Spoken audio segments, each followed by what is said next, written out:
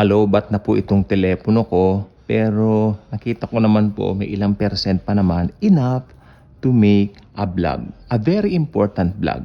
Okay. Ito po ang napansin ko ngayon. You know what?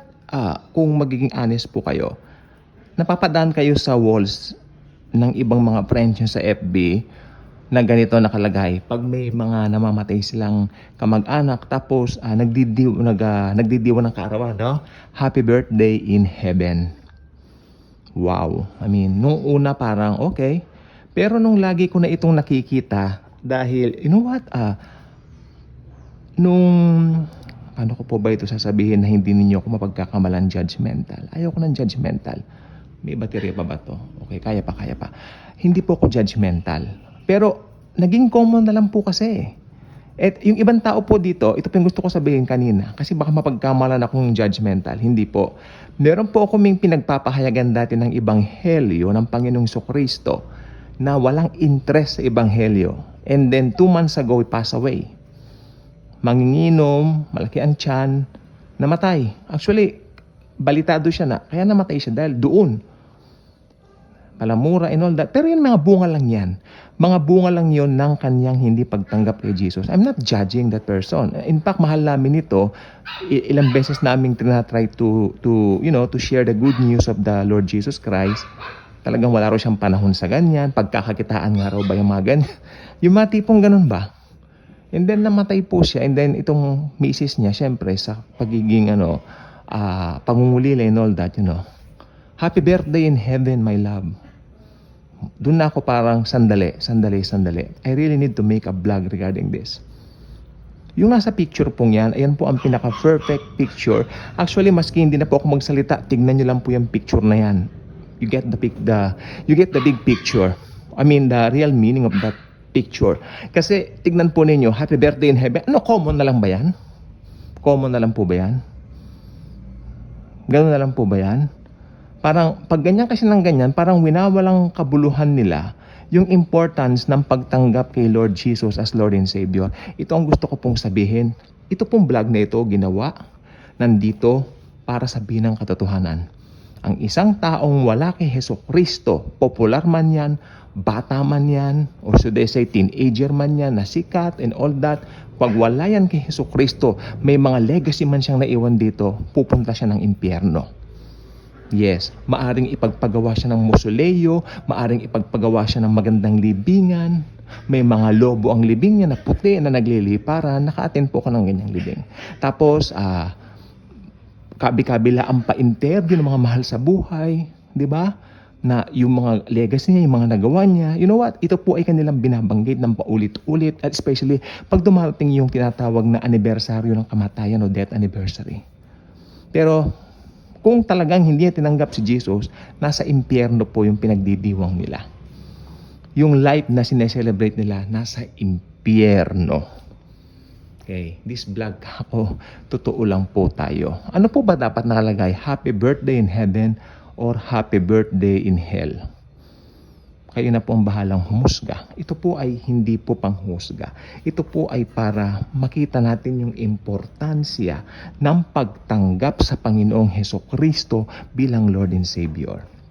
I like this post na nakikita ko sa social media na ganito nakalagay. Yung bata, katabi niya yung kanyang lolo, sabi niya, at tatagalogin ko na lang po, Lolo, ano po ba ang purpose ng buhay? Sumagot yung matanda, ang purpose ng buhay, apo, ay ang makilala mo ang Panginoong Hesukristo. That's it.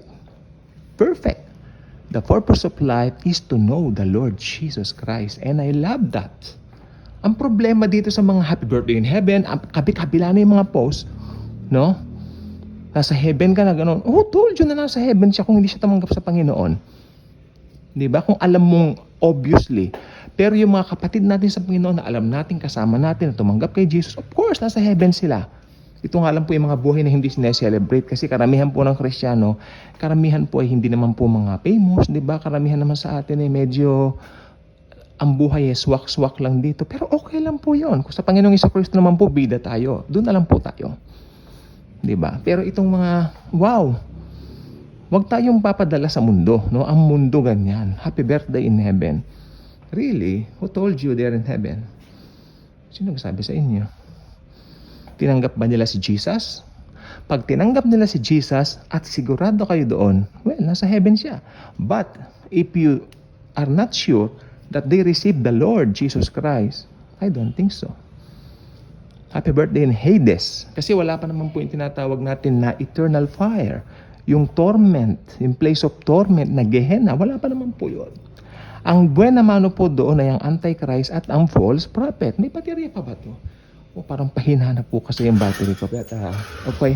Yun lang po ano. So I hope you don't, don't, ang tawag dito, don't label me as, judgmental. Alam niyo tayong mga Kristiyano, talagang sasabihin mga judgmental tayo. Yun po yun. If you're a Christian and sinasabihin ka judgmental ka, it's fine. Kung sinasabihin kang you're judgmental, you're a Christian, okay, it's fine. Si Jesus Christ din po sinasabihan dati ng ganyan. Kung ano-ano mga binabato sa Panginoong Hesukristo noong araw. Hindi po ba? Kung ang Panginoong Hesukristo ginanyan, gaganyan din tayo. Gaganyan din tayo. Pero importante, i-share natin yung truth that without Jesus, walang langit na mapupuntahan ng tao. Hindi ba? Kaya sila, sa langit, wala ang beer, kaya sa hell sila. Ganun yan eh. Ganun yan. Maingay po yung aso sa kapitbahay. Ako hindi ko alam kung bakit. Okay. Naglilinis pala yung kapitbahay namin. Kaya sabi ko po sa inyo, sa langit walang beer. Kaya yan. Hell sila. Ito pong pagsasabi ng truth, isa pong pinakamaganda. Ang sabi nga po ni Jesus Christ, ni Lord Jesus Christ, I am the way, the truth, and the life. No one cometh to the Father but by me. At sa panahon ngayon, ito pong gusto ko sabihin. May mga aso po, pasensya na po. Itong gusto ko sabihin, dahil popular yung namatay, dahil ganun yung famous yung namatay, you know what? Ito ay, anong tawag doon? Philanthropy yung namatay. Parang binabaliwala nila yung importansya ng pagtanggap sa Panginoong Hesukristo. At yun ang hindi ko palalagpasin. No? Kahit sino ka pa, kung hindi mo tinanggap ang Panginoong Hesukristo, pupunta ka ng impyerno. Kaya kung hindi ka pa nakasubscribe sa ating channel, I invite you to do so. Click mo ang notification bell, share this video, share the wonderful loving grace of the Savior, the Lord Jesus Christ Himself. Tandaan po natin, Jesus alone saves. Jesus alone is the way. Jesus Christ is the way, the truth, and the life. Thank you. And as always and forever, Jesus truly loves us all.